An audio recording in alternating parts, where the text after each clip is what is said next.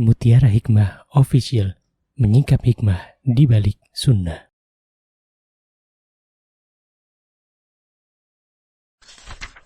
Salurkan donasi terbaik Anda untuk mendukung dakwah Mutiara Hikmah Official. Umroh akhir tahun plus Daurah Parenting Islami bersama Ustadz Hanan Yasir MA, Ustazah Imro'atul Azizah, 2 kali sholat Jumat. Kelas Daurah Parenting setiap hari. Konsultasikan dan daftarkan diri Anda sekarang juga.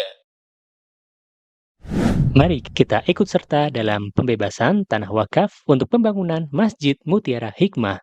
Estimasi kebutuhan dana sebesar Rp1.125.000.000. Bagi Anda yang ingin menyalurkan donasi, bisa melalui rekening Bank BSI di nomor rekening 2200220245 atas nama Masjid Mutiara Hikmah.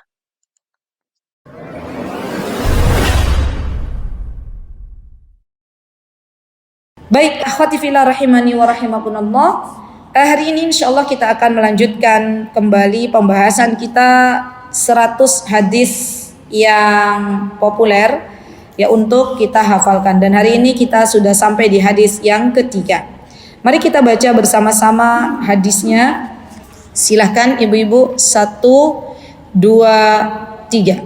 An Abi Hurairah radhiyallahu anhu anna Rasulullah sallallahu alaihi wasallam qala iyyakum wadh-dhann fa inna adh-dhanna akdhabul hadits. Muttafaqun alaih. Baik.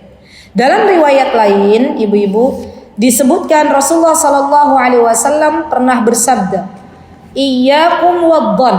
Jadi riwayat lain, "Iyyakum wadh-dhann, fa inna adh-dhanna akdzabul hadis." Ya. Berhati-hatilah kalian dari yang namanya berburuk sangka. Kenapa? Karena buruk sangka itu adalah sebuah kedustaan, bahkan dusta yang paling buruk. Wala tajassasu wala tahassasu wala tahasadu wala tadabaru wala tabaghadu wa kunu ibadallahi ikhwana. Jadi ada hadis yang lebih panjang.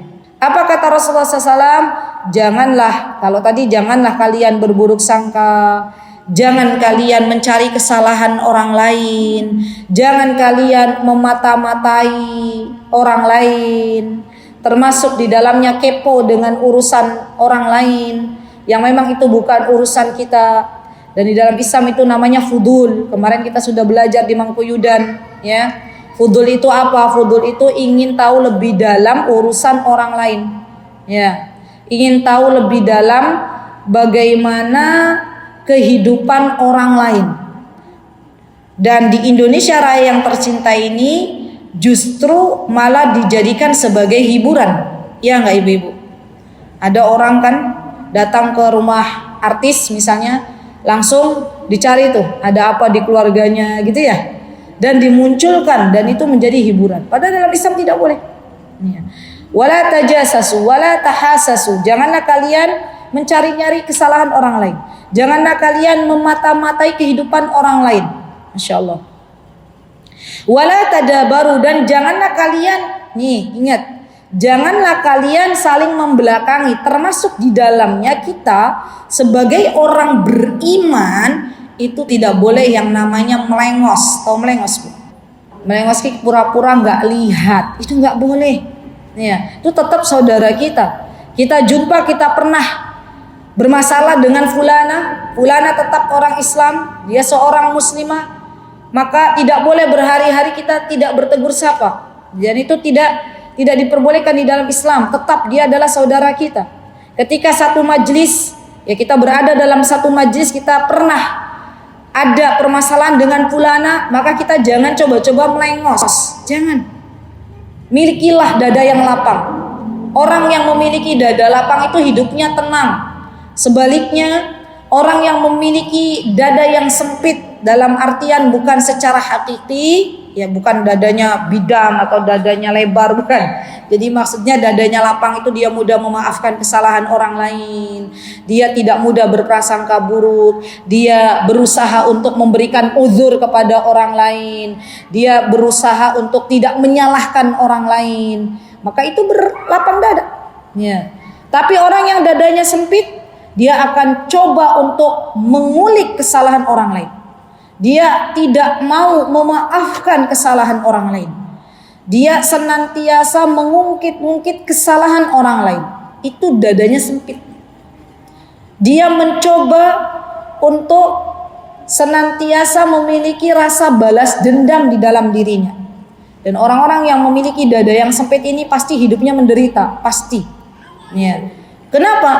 Karena dia tidak ada rasa legowo di dalam hidupnya. Insya Allah. Dan ini penting untuk kesehatan mental kita. Wala tabaghadu, kata Rasulullah, dan janganlah kalian saling membenci. Wa kunu ibadallahi ikhwana, dan jadilah kalian hamba-hamba Allah yang bersaudara. Jadi kita nih kalau kiblat kita masih sama, ya kita kiblatnya kemana? Menghadap Ka'bah, ke barat. Sholatnya masih sama. Sholat sehari berapa kali? 5. Robnya Allah, Tuhannya masih sama, Nabinya masih sama, Al-Qur'annya, panduannya masih sama, ya, maka sesungguhnya kita semuanya adalah bersaudara. Walaupun mungkin ada perbedaan pendapat dalam masalah-masalah yang para ulama pun berbeda pendapat di dalamnya. Ya, saya itu sering mengatakan, Bu tolong ya Bu, kalau cuman beda satu kunut satu enggak itu enggak usah diperdebatkan. Beda satu pakai niqab satu enggak itu enggak usah diperdebatkan. Beda yang satu pakai kudung panjang yang satu pakai kudung pendek, enggak apa-apa, enggak usah diperdebatkan. Bisa jadi yang pakai kerudung pendek ini baru hijrah, maka siapa itu adalah saudara kita. Ya.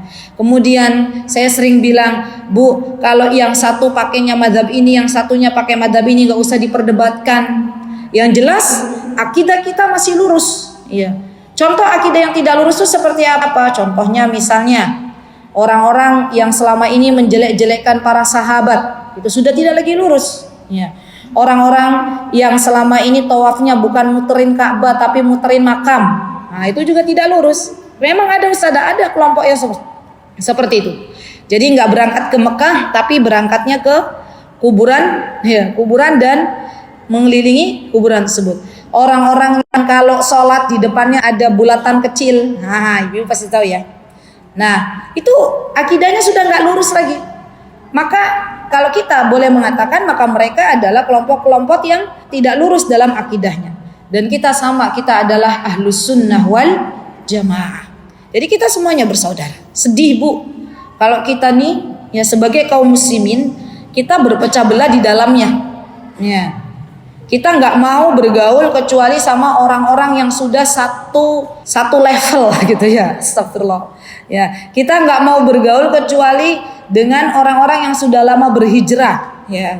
Tidak, bisa jadi orang yang baru berhijrah ketika kita dekati, maka ternyata itu menjadi ladang pahala kita untuk menjelaskan betapa besarnya, betapa agungnya Islam ini. Insyaallah. Dan Allah Subhanahu wa taala menegaskan dalam surah Al-Hujurat. Boleh dibuka, Bu. Ayat 12, ya silahkan dibuka. Dan ini bagus banget nih surah Al-Hujurat ini. Kenapa saya katakan bagus? Karena dalam surah Al-Hujurat ini mengandung banyak sekali hukum. Ya, banyak sekali hukum. Sampai sebelum ayat 12, apa yang Allah Subhanahu wa taala firmankan?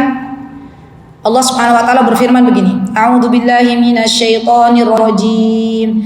Innamal mu'minuna ikhwah. Apa di situ bilang? Ayat berapa itu? Ayat berapa? Innamal mu'minuna ikhwatun fa aslihu baina akhwaykum wattaqullaha la'allakum turhamun. Ayat berapa? Surat Al-Hujurat ayat berapa itu? 10. Oke. Berarti dibuka dari surah Al-Hujurat ayat 10. Silakan. Sudah, Bu? Baik. Allah Subhanahu wa taala berfirman di dalam surah Al-Hujurat ayat 10, "Innamal mu'minuna ikhwatun fa aslihu baina akhawaykum wattaqullaha la'allakum turhamun." Apa kata Allah? Sesungguhnya orang-orang beriman itu bersaudara. Wattaqullaha, dan bertakwalah kepada Allah, la'allakum turhamun. Ya, dan bertakwalah kepada Allah, la'allakum turhamun. Semoga dengan itu Allah menyayangi kalian.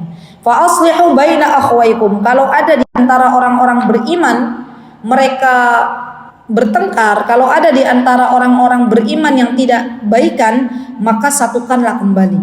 Dan di dalam Islam ada yang namanya islah, dan pahalanya sangat besar. Orang yang menyatukan dua orang yang berseteru, dan dua orang yang berseteru itu sama-sama orang beriman, kemudian kita satukan, kita islahkan, maka pahalanya sangat-sangat besar di hadapan Allah Subhanahu wa taala. Kemudian apa kata Allah di ayat 11? Di situ apa?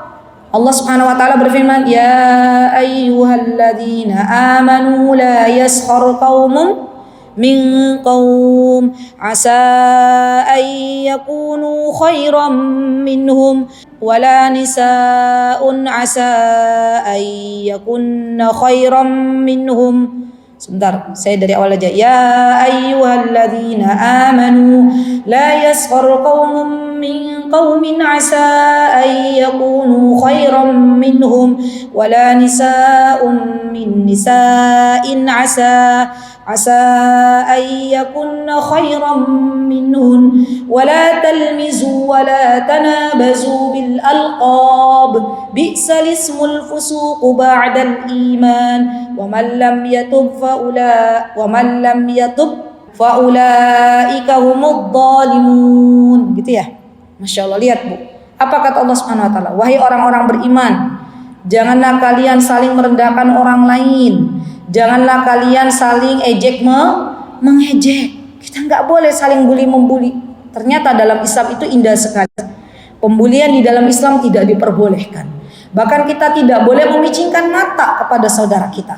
Masya Allah, adab bukan Bu? Adab. Dan kemudian di ayat yang ke-12 Allah berfirman, di baliknya lagi, berarti kalau pakai Al-Quran di paling atas ya, kanan. Apa kata Allah Subhanahu wa taala? Ya ayyuhalladzina amanu ijtanibu katsiran minadh-dhann inna ba'dadh-dhanni itsm wa la tajassasu wa la yaghtab ba'dukum ba'dha ayuhibbu ahadukum an ya'kula lahma akhihi maytan fakarihtumuh wattaqullaha innallaha tawwabur rahim. Lihat Bu, apa kata Allah? Wahai orang-orang beriman, janganlah kalian saling berburuk sangka, karena sebagian buruk sangka itu adalah dosa. Dan janganlah kalian saling menjelek-jelekkan, atau janganlah kalian saling menggunjingi saudara kalian. Untuk apa Bu? Agar kita bisa menjaga kehormatan kaum muslimin. Masya Allah, indahnya Islam.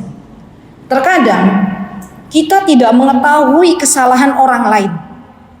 Kita mengetahui kesalahan orang lain setelah ada teman kita yang dia curhat kepada kita, dan akhirnya teman kita itu misalnya membicarakan kesalahan orang lain. Dan wallahi, saya kalau bertemu dengan orang yang seperti ini, lebih baik saya memilih mundur. Lebih baik saya menjaga jarak. Kenapa? Karena nanti pikiran kita jadi kotor. Ya, hati kita jadi kotor. Yang awalnya kita tidak tahu fulan. Dan akhirnya kita berjumpa dengan teman yang hobinya ngerumpi, yang hobinya menjelek-jelekan orang lain di belakang, maka akhirnya hati kita terkotori. Ya. Jadi kalau kata suami saya, kalau istriku ketemu dengan wanita seperti ini, lebih baik jaga jarak.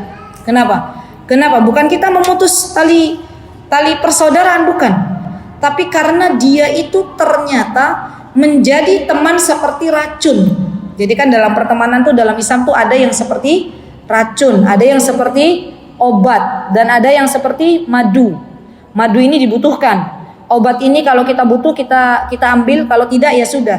Kalau yang racun kita jauhkan, bukan jauhkan, kita memang benar-benar jaga jarak. Atau mungkin kalau toksik ya, dia ada kan teman yang hobinya tuh nyinyirin, hobinya bawa sesuatu yang tidak baik, sudah kita jaga jarak ya, karena ini adalah teman yang tidak baik untuk kehidupan kita. Masya Allah. Dan penting bagi kita untuk berdoa kepada Allah agar Allah dekatkan kita dengan teman-teman yang salihah.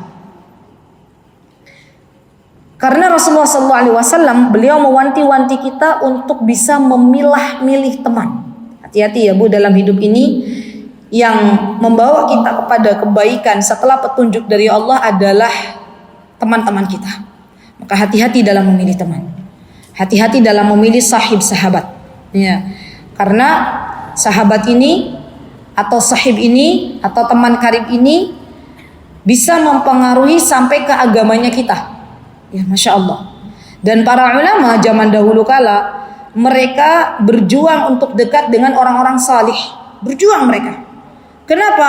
Karena kalau dekat dengan orang-orang salih yang ada adalah nasihat, yang ada adalah mengingatkan akhirat, yang ada adalah mengingatkan Allah. Tapi kalau teman-teman yang tidak baik, yang ada apa Bu? Ghibah. Yang ada adalah sesuatu yang buruk. Maka ini sesuatu yang tidak baik dalam kehidupan kita. Minta kepada Allah agar didekatkan dengan orang-orang saleh. Dan minta kepada Allah agar didekatkan dengan komunitas yang baik. Masya Allah. Jadi zaman sekarang ini banyak sekali tuh grup-grup ya Bu ya. Kan sekarang kalau kita coba buka di HP kita, itu berapa grup tuh yang Ibu ikuti. Ya. Dan setiap grup itu beda-beda ya karakternya. Ada yang karakternya setiap hari Bu? Yang disajikan tentang gosip, berita viral hari ini, gitu kan ya. Ada yang setiap hari di grup itu yang dihadirkan adalah ayat-ayat Allah, ya, nasihat-nasihat. Ada yang di grup itu yang dihadirkan Bu? Misalnya dagangan. Nah, ada kan? Jadi setiap grup itu punya karakter. Maka apa yang bisa kita lakukan? Yang bisa kita lakukan, kita memilah dan memilih lagi. Kira-kira kalau saya ada di komunitas ini baik apa enggak ya? Kira-kira komunitas yang saya ikuti, grup yang saya ikuti ini membawa kebaikan untuk kehidupan saya atau tidak ya? Itu harus kita pikirkan. Tidak semua grup kita ikuti. Ya, kenapa? Karena terkadang iman kita ini naik, kadang tuh turun. Yang dikhawatirkan adalah ketika iman kita turun, kemudian kita pas baca postingan ya, di sebuah grup postingan yang tidak baik. Kemudian kita mau coba-coba, gimana sih rasanya ngutang yang sekarang lagi marak itu? Pinjaman online tuh kayak mana? Mau coba-coba gitu ya. Itu ya Allah. Jadi kita tuh Bu, sekarang tuh hidup di suatu zaman di mana orang paginya beriman, sorenya tidak beriman. Maka kata Rasulullah SAW, barang siapa yang dia berpegang teguh dengan kebenaran, barang siapa yang dia berpegang teguh dengan sunnah, maka dia seperti memegang bara api. Ya. Jadi banyak-banyak minta pertolongan kepada Allah Subhanahu wa taala. Baik, apa hikmahnya Allah Subhanahu wa taala melarang kita untuk berprasangka buruk kepada saudara kita sesama orang beriman? Ternyata ada banyak hikmah. Yang pertama adalah menjaga kewarasan kita. Ya. Jadi orang yang banyak berprasangka buruk tuh Bu kepada orang lain, dikit-dikit dia curiga. Suaminya datang dicurigain. Ya. Kok datangnya terlambat misalnya ya. Ayo habis ngapain? Itu kira-kira rumah tangga suami istri yang istrinya curigaan. Suaminya nyaman apa mboten? Nyaman apa enggak?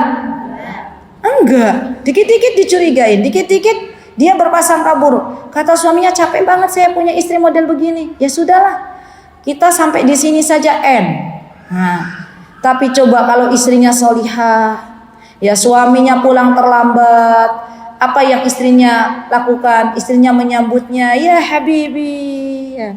Wahai cintaku, selamat datang di rumahmu. Ada yang bisa saya bantu dibuatkan kopi, teh, ya masya Allah. Baru dibuatkan kopi, teh dan semacamnya, disajikan kepada suami kita, kemudian diajak ngobrol. Ya. Kok pulangnya terlambat? Ada apa di jalan? Terus kita ngobrol. Bagus nggak Bu yang kayak gitu Bu? Bagus. Itu dalam keluarga ya, dalam keluarga aja kita nggak boleh yang namanya berburuk sangka kepada suami kita. Kita pun nggak boleh berburuk sangka kepada anak-anak. Hati-hati ya Bu. Kadang anak-anak kita keluar dari rumah kita kemudian pulang terlambat 10 menit kita sudah cemasnya luar biasa. Apalagi ditambah HP-nya dimatikan, tambah ibu-ibu ini tambah parah nggak dicemasin. Di telepon nggak bisa, ya. Anaknya datang terlambat, ya. Pulang ke rumah boro-boro nemuin ibunya yang ada langsung mandi. Kira-kira ibunya langsung ngomel-ngomel kan? Ngomel-ngomel, ya. Padahal yang namanya orang dari luar tuh biasanya butuh rehat sejenak gitu lah. Baru kemudian ditanya, ya Mas, Mbak, kok nggak biasanya hari ini datang terlambat? Ya. Apakah ada sesuatu di jalan? Insya Allah. Indah nopo indah Bu? Indah. Jangan sampai kita banyak ngomel, kita banyak berburuk sangka kepada anak-anak kita, akhirnya anak kita sudah nggak mau lagi dengan kita. Ah saya nggak maulah deket-deket sama ibu. Kenapa? Karena ibu sukanya ngomel-ngomel, sukanya nuduh aku yang enggak. Wah, masya Allah, ini kalau sudah anaknya udah SMP SMA kan, dia dicurigain sedikit sama orang tuanya, mau nggak? Nggak mau. Ya, dia merasa dunia milik dia dan temannya saja. Masya Allah. Maka penting bagi kita untuk ngajak ngobrol anak-anak kita yang sudah mulai beranjak dewasa. Jangan dikit-dikit curiga, jangan dikit-dikit berprasangka buruk kepada anak-anak kita. Anak kita juga manusia. Ya. Justru kita introspeksi diri kita, apakah ketika anak kita keluar dari rumah kita sudah mendoakannya? Ya. Doakan, kawal anak kita dengan doa. Jangan hanya kita biasanya kalau anak kita keluar salaman ya, terus kita tidak mengawal dengan doa. Khawatir di luar sana banyak godaan bagi anak-anak kita. Itu dari orang terdekat dulu ya. Kita nggak boleh curigaan sama suami. Kita nggak boleh juga curigaan sama anak kita. Ditambah kita nggak boleh yang namanya curigaan dengan orang tua kita. Masya Allah, kalau kita masih punya orang tua, masih punya mertua, maka jangan curigaan. Kecuali sudah ada bukti yang jelas. Ya. Kenapa? Karena orang tua itu sifatnya nanti seperti kanak-kanak lagi, nggak mau yang namanya dicurigai. Ya, masya Allah. Ini penting loh Bu. Ada kisah nyata. Masya Allah, ini kisah nyata. Di mana orang tua, ya orang tua dari salah satu jamaah yang beliau itu akhirnya tidak percaya kepada anaknya. Kenapa? Karena sering diprasangkai tidak baik oleh anaknya. Ya, lambat laun orang tuanya sudah malas mengangkat telepon dari anaknya. Ya. Dan ini la haula wala quwata illa billah, akhirnya kalau orang tuanya sudah nggak nyaman lagi dengan anaknya, yang ada apa? Yang ada adalah ketidaknyamanan dalam hubungan mereka. Maka penting bagi kita sebagai seorang anak ya untuk terus mendoakan orang tua kita agar Allah menjaganya. Walaupun orang tua kita tidak berada di depan kita, tapi kita terus kawal juga dengan doa, dengan sebuah doa, Rabbighfirli wa liwalidayya warhamhuma kama rabbayani shaghira. Ya Allah, jagalah orang tua kami. Ya Allah, berikanlah kesehatan untuk orang tua kami. Ya Allah, Engkau zat yang maha menjaga sebaik-baik dengan penjagaan. Maka ya Allah, jauhkanlah orang tua kami dari segala macam keburukan. Kenapa Bu? Karena yang namanya orang tua, kalau dia berteman dengan teman-teman yang tidak baik, bisa jadi orang tua ini akhirnya terseret dengan arus yang tidak baik. Ya, masya Allah. Jadi penting juga nih, namanya orang tua juga diajak oleh anaknya untuk berteman dengan orang-orang yang baik. Baik. Kemudian tidak boleh juga kita berprasangka dengan karib kerabat kita. Berprasangka buruk, yang terdekat dulu aja. Kenapa? Karena kalau kita curigaan kepada karib kerabat kita itu bisa menghancurkan tali silaturahim kita. Nggih mboten Bu? Ada kan banyak peristiwa di mana yang awalnya itu baik-baik saja, kemudian di antara keluarga tersebut ada salah satu orang di mana dia punya karakter curigaan, di mana dia punya karakter berburuk sangka kepada kakaknya, kepada adiknya, kepada pamannya, kepada buliknya, kepada pakdeknya, maka disitulah akhirnya Allah Azza wa Jalla jauhkan hati sesama mereka. Masya Allah, sedih loh. Kalau ada satu keluarga masih dekat, ya ternyata karena ada masalah dari sebuah kecurigaan, akhirnya Allah pisahkan. Itu sedih. Kenapa? Karena seharusnya yang namanya karib kerabat itu seharusnya di dalam Islam itu harus saling menyatukan, saling berkunjung. Bahkan berkunjungnya kita ke rumah karib kerabat kita itu adalah bagian dari ibadah. Masya Allah. Pernah nggak Bu? Di dalam kehidupan ini menemukan yang namanya kakak beradik itu tidak akur? Banyak. Ya. Pernah nggak menemukan di dalam kehidupan ini yang namanya ibu bapak dengan anaknya nggak akur? Banyak. Apa penyebab diantaranya? Karena adanya buruk sangka. Ya. Anak nggak percaya ke ibunya, ibu nggak percaya ke anaknya. Anak curiga ke ibunya, ibu curiga ke anaknya. Nah, bagaimana caranya agar kehidupan dalam sebuah keluarga itu tetap langgeng? Yang ada adalah kedepankan baik sangka, kedepankan yang namanya husnudzon, Masya Allah, dan berikan karib kerabat kita, orang-orang terdekat kita uzur yang banyak. Oh, mungkin pulang malam, mungkin bannya gembos. Oh, mungkin datangnya terlambat karena ada penutupan jalan. Oh, mungkin dia misalnya ya ketemu sama kita dalam keadaan seperti wajahnya tidak tersenyum, ya wajahnya nggak tersenyum, mungkin dia lagi banyak masalah. Kedepankan apa? Kedepankan rasa husnudzon kita. Dan orang yang mudah berbaik sangka kepada orang lain, maka Allah akan berikan ketenangan dalam hidupnya. Masya Allah, Masya Allah, ini penting banget. Dan orang yang hobinya itu berbaik sangka kepada orang lain, maka dia akan menjadi orang yang dicintai oleh orang lain. Masya Allah. Karena orang nyaman hidup dengannya. Beda sama orang yang punya karakter, dia mudah berburuk sangka kepada orang lain. Orang-orang yang dari sekitarnya nyaman apa mboten Bu? Gak nyaman. Jangan-jangan besok dia nyurigain saya. Kemarin sudah nyurigain teman saya. Dimanapun dia akan berada, orang-orang sekitarnya gak akan nyaman. Ya. Belum lagi nanti wal-iyadzubillah, orang yang sering berburuk sangka ini, wal-iyadzubillah suatu hari ternyata dia memfitnah temannya. Ini tambah-tambah parah lagi. Dan ini wallahi berteman dengan orang-orang seperti ini nih, salah satu musibah. Kenapa? Karena akan menghabiskan energi kita. Nggih mboten Bu? Teman yang tidak baik itu adalah sesuatu yang menjadi ujian bagi kita. Ya. Ibu-ibu kalau punya teman salihah, pegang erat-erat. Kalau punya teman yang baik agamanya, pegang erat-erat. Kenapa? Karena disitulah Allah Azza wa Jalla berikan ketenangan dalam kehidupan kita. Berbeda kalau kita punya teman yang tidak baik, hobinya berburuk sangka, hobinya iri, dengki, hasad, hobinya ngomentarin, maka disitulah mulai muncul rasa kecemasan kita, kesedihan kita, kegalauan kita. Baru kemarin saya dicurhatin juga sama salah satu jamaah ustazah, saya punya teman yang hobinya itu saya selalu disalah-salahin, saya selalu dicurigain, maka yang ada saya tuh minder. Saya senantiasa bilang ke diri saya salah apa ya sama dia?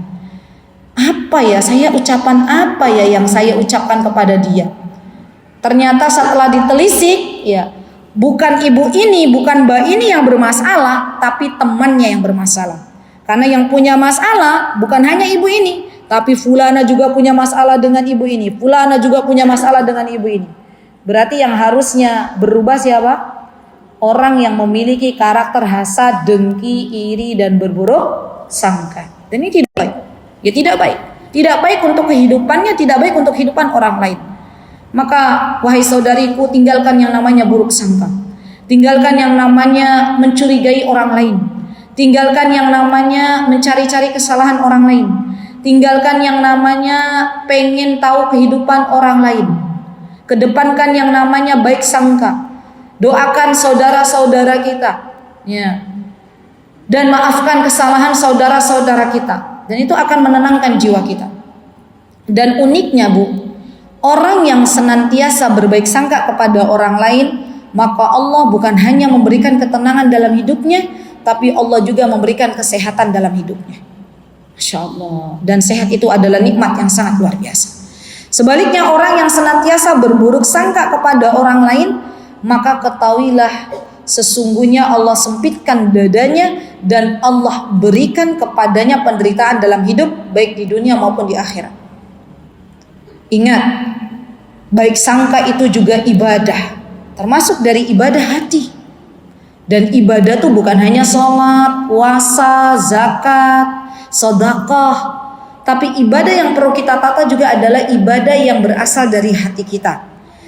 Kalau kita berbicara husnudzan itu adalah sebuah ibadah di hadapan Allah Subhanahu wa taala, maka sebaliknya yang namanya buruk sangka itu adalah bagian dari dosa kita kepada Allah dan juga dosa kita kepada sesama hamba Allah.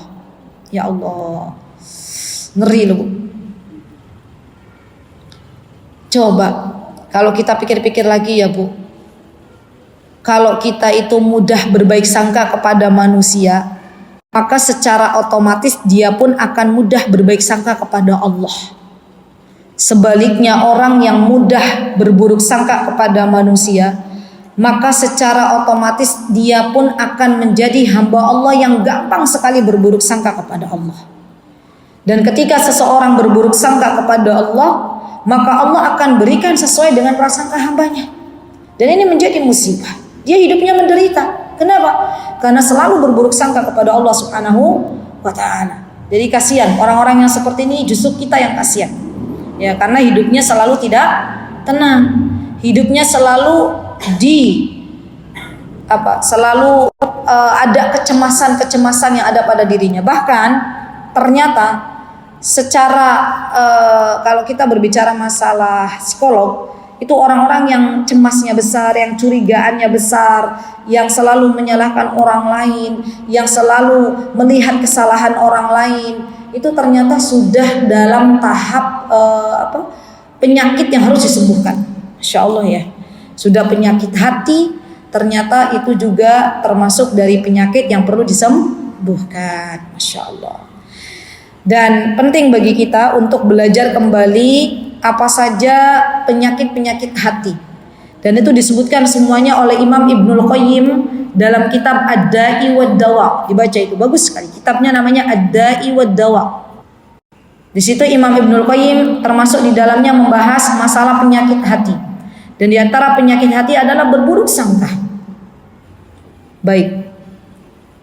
Nah, ibu-ibu yang saya cintai karena Allah Azza wa Jalla, apa yang harus kita lakukan agar kita tidak mudah berburuk sangka? Yang pertama, banyak-banyak minta kepada Allah. Karena yang namanya akhlak itu bagian dari rizki. Akhlak yang baik itu rizki dari Allah. Maka minta sama Allah. Ya Allah, berikanlah hamba akhlak yang baik. Ada doanya.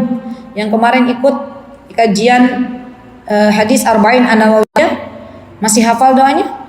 Minta akhlak yang baik. Masih hafal Mbak Mia? Allahumma hdini li husnil akhlaqi. Nah, ya gitu ya. Hafal enggak? Siapa kemarin yang ikut kajian di Mangku Yudan? Masih hafal Mbak? Coba Mbak baca. Iya baca enggak apa-apa. Li ahsaniha. Masya Allah.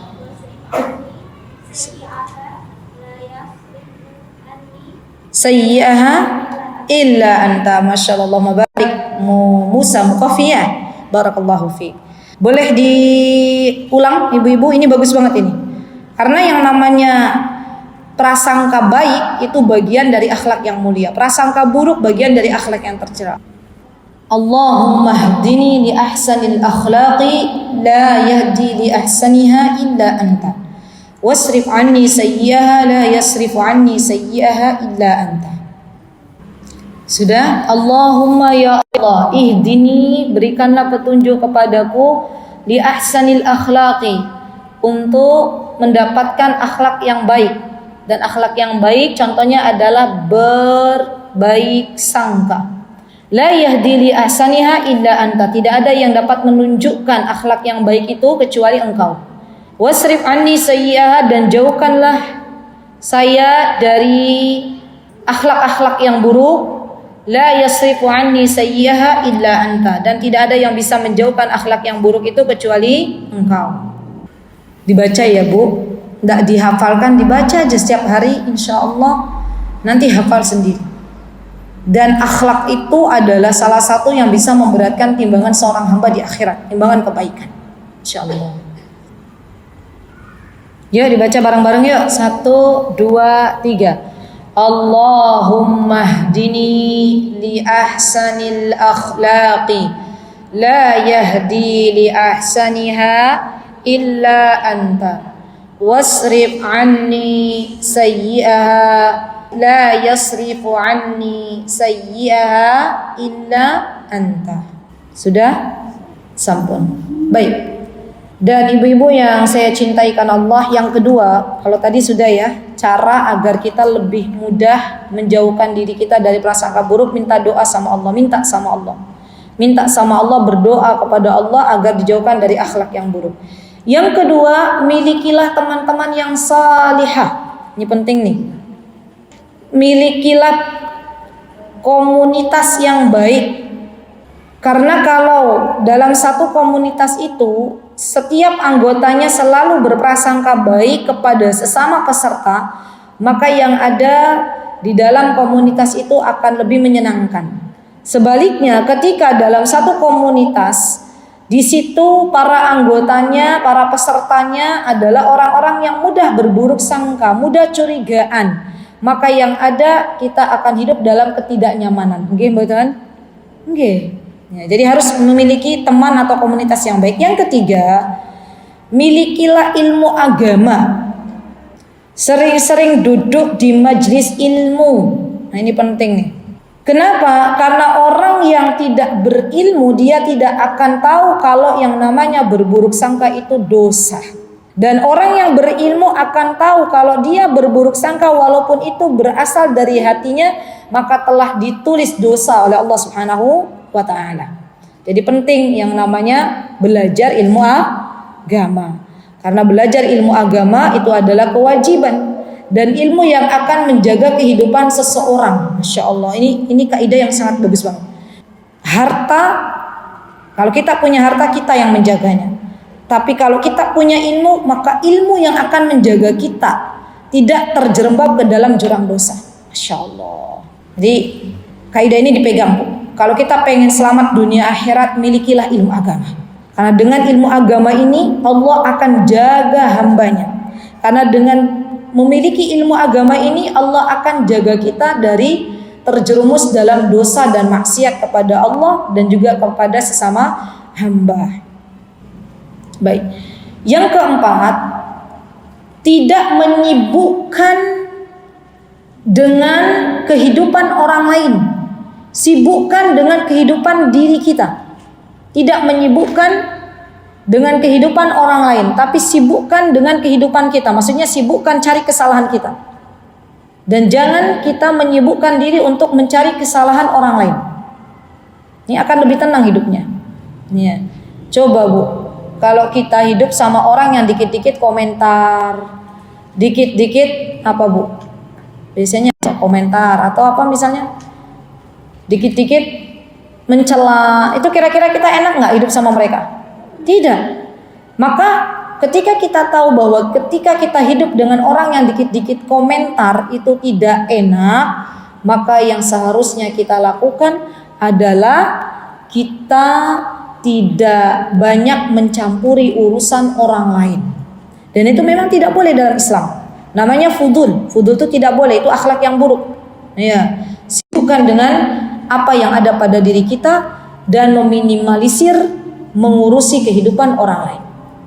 Bukannya kita tidak peduli, bukan saya sekali lagi bukan ini saya mengajarkan ketidakpedulian, bukan. Boleh kita menanyakan kehidupan orang lain kalau memang di situ ada manfaatnya. Contoh, kita tanya kepada teman kita, wahai saudariku, apakah di rumah ada beras? Di rumahmu ada beras? Kalau tidak ada, maka kita berikan beras. Itu manfaat. Wahai saudariku, misalnya kita jumpa sama teman kita yang sudah lama nggak jumpa, kita ketemu, bagaimana kabarmu? Bagaimana sekarang? Kamu hidup di mana? Misalnya ya, bagaimana anak-anak? Itu masih boleh. Tapi kalau kita sudah tanya berapa rumahmu, berapa mobilmu, berapa kacamatamu, itu sesuatu yang tidak manfaat. Jadi boleh kita bertanya kepada orang lain, termasuk di antara bentuk kepedulian kita kalau yang kita tanyakan bermanfaat. Tapi kalau yang tidak ada manfaatnya, maka tidak perlu kita tanyakan. Contoh nih, banyak sekali peristiwa di mana kita pengen basa-basi tapi basi beneran. Contoh, kita ketemu sama orang yang belum nikah, ya. Terus kita tanya kepada mbaknya ini, perasaan lebaran kemarin lihat belum ada pasangannya, tahun ini juga belum ada, kapan kamu nikah? Kira-kira boleh nggak kita tanya begitu? Nggak boleh. Ya, itu akan menyakiti ya, orang lain ketika ditanya kapan nikah.